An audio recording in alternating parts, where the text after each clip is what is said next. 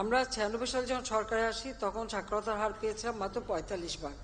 আমরা উদ্যোগ নিই এবং নিরক্ষরতা মুক্ত বাংলাদেশ গড়ে তুলব এই প্রকল্প নিয়ে প্রতিটি জেলাভিত্তিক সাক্ষরতার হার বাড়ানো, এমনকি বয়স্ক শিক্ষার ব্যবস্থা আমরা করেছিলাম।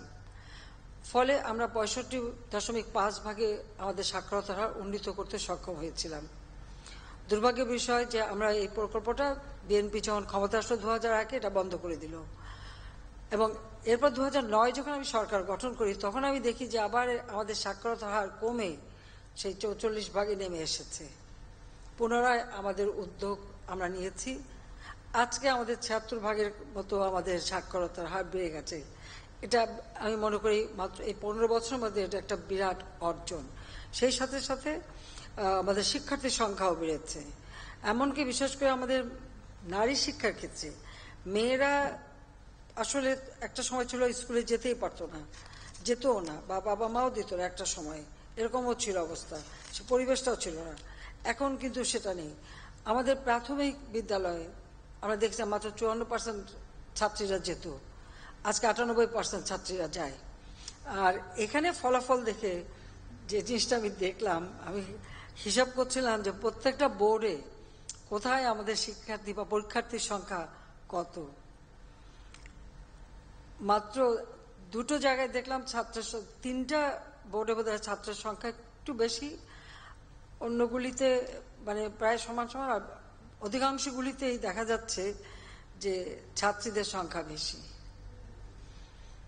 তো এটা একদিকে খুশির খবর, আমি বলবো এটা একদিকে খুশির খবর, কারণ নারী শিক্ষার উপরে আমরা বেশি গুরুত্ব দিয়েছি।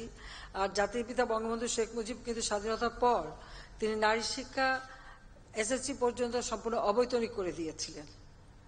প্রাথমিক বিদ্যালয় প্রাথমিক শিক্ষা সম্পূর্ণ অবৈতনিক করে দিয়েছিলেন, এবং নারী শিক্ষার উদ্যোগ সেটাকে আমরা অন্তত এসএসসি পর্যন্ত এখন অবৈতনিক আছে, সেটা আমরা করতে পেরেছি।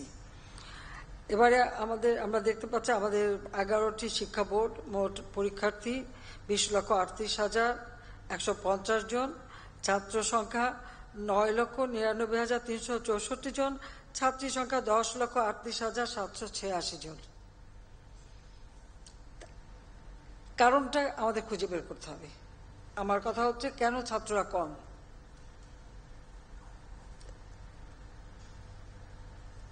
আমি এটুকু বলবো যে এখন থেকে আমাদেরও সেটা উদ্যোগ নিতে হবে যে কি কারণে আমাদের ছাত্ররা কমে যাচ্ছে। পাশের হারের ক্ষেত্রে দেখা যায় অনেক ক্ষেত্রে মেয়েরাই অগ্রগামী, সেটা খুব ভালো কথা, কিন্তু তারপর আমি বলবো যে এই বিষয়টার দিকে আমাদের দৃষ্টি দিতে হবে।